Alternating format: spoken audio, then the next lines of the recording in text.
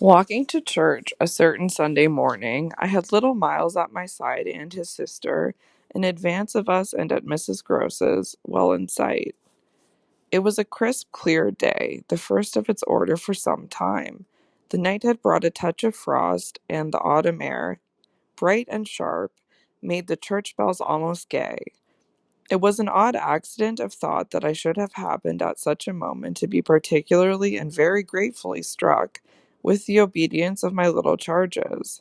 Why did they never resent my inexorable, my perpetual society?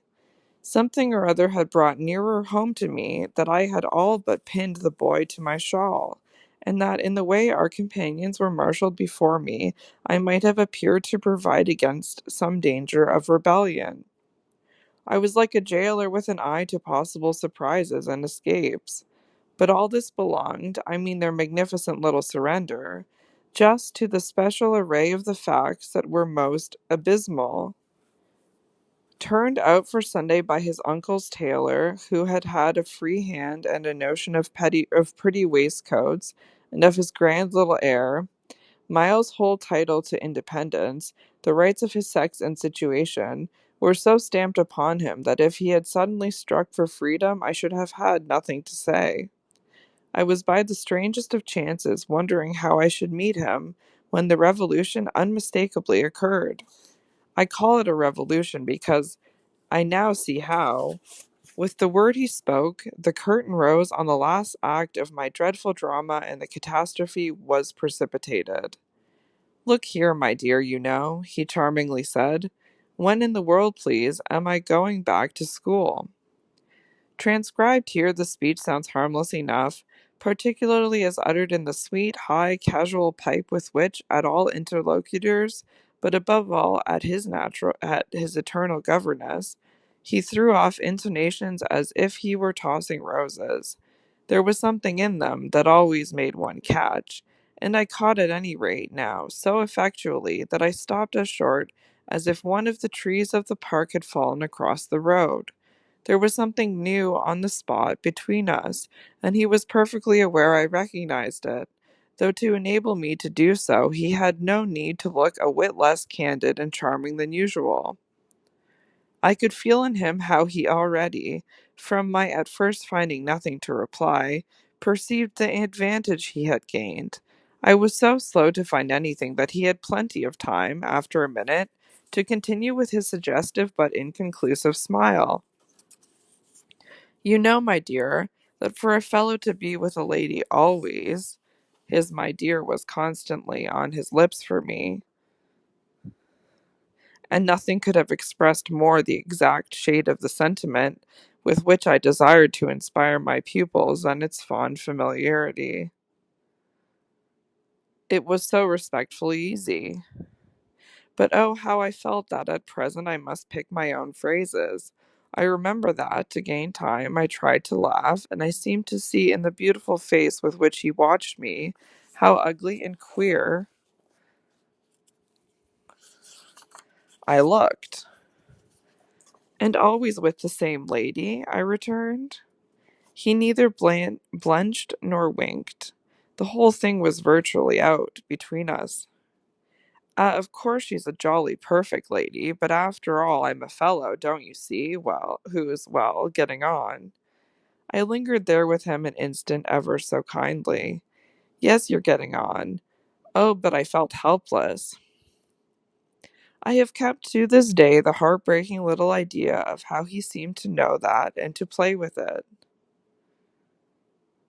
And you can't say I've not been awfully good, can you? I laid my hand on his shoulder, for though I felt how much better it would have been to walk on, I was not yet quite able. "No, I can't say that, Miles. Except just that one night, That one night, I couldn't look as straight as he. Why, when I went out of the house. Oh, yes, but I forget what you did it for." "You forget?" He spoke with the sweet extravagance of childish reproach. "Why, it was just to show you I could." "Oh, yes, you could.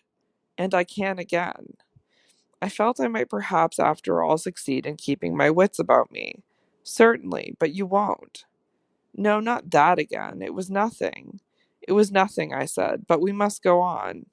He resumed our walk with me, passing his hand into my arm. Then when am I going back?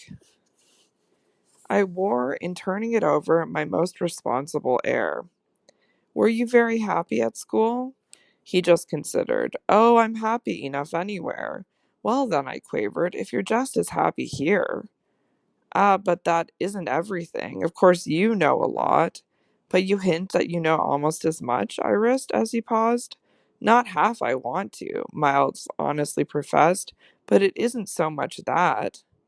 What is it then? Well, I want to see more life. I see. We had arrived within sight of the church and of varied persons, including several of the household of Bly, on their way to it and clustered about the door to see us go in. I quickened our step. I wanted to get there before the question between us opened up much further.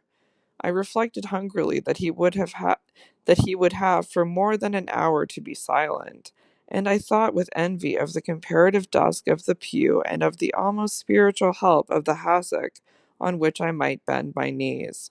I seemed literally to be running a race with some confusion to which he was about to reduce me, but I felt he had got in first when, before we had even entered the churchyard, he threw out, I want my own sort. It literally made me bound forward. There aren't many of your own sort, Miles, I laughed, unless perhaps dear little Flora. You really compare me to a baby girl. This found me singularly weak. Don't you then love our sweet Flora? If I didn't, and you too, if I didn't, he repeated as if retreating for a jump, yet leaving his thought so unfinished that, after we had come into the gate, another stop, which he imposed on me by the pressure of his arm, had become inevitable. Mrs. Gross and Flora had passed into the church, the other worshippers had followed, and we were, for the minute, alone among the old thick graves. We had paused, on the path from the gate, by a low oblong table-like tomb. Yes, if you didn't? He looked, while I waited, about at the graves. Well, you know what. But he didn't move, and he presently produced something that made me drop straight down on the stone slab as if suddenly to rest. Does my uncle think what you think? I markedly rested. How do you know what I think? Ah, well, of course I don't, for it strikes me you never tell me. But I mean, does he know? Know what, Miles? Why, the way I'm going on. I recognized quickly enough that I could make, to this inquiry, no answer that wouldn't involve something of a sacrifice of my employer. Yet it struck me that we were all, at Bly, sufficiently sacrificed to make that venial. I don't think your uncle much cares. Miles on this stood looking at me. Then don't you think he can be made to? In what way? Why, by his coming down. But who'll get him to come down?